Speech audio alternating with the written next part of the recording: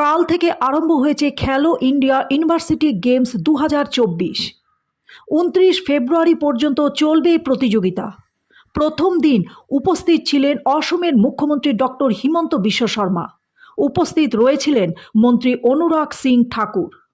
মুখ্যমন্ত্রী এবং বিভিন্ন মন্ত্রীদের উপস্থিতিতে অনুষ্ঠিত হয় সাংস্কৃতিক অনুষ্ঠান।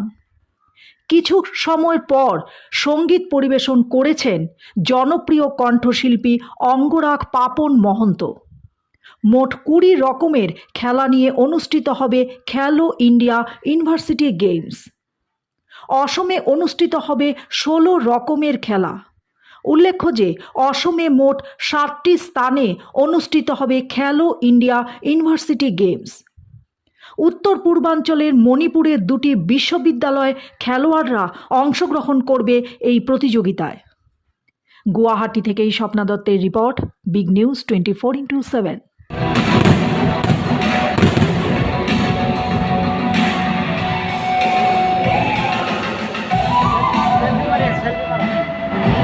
Thank you.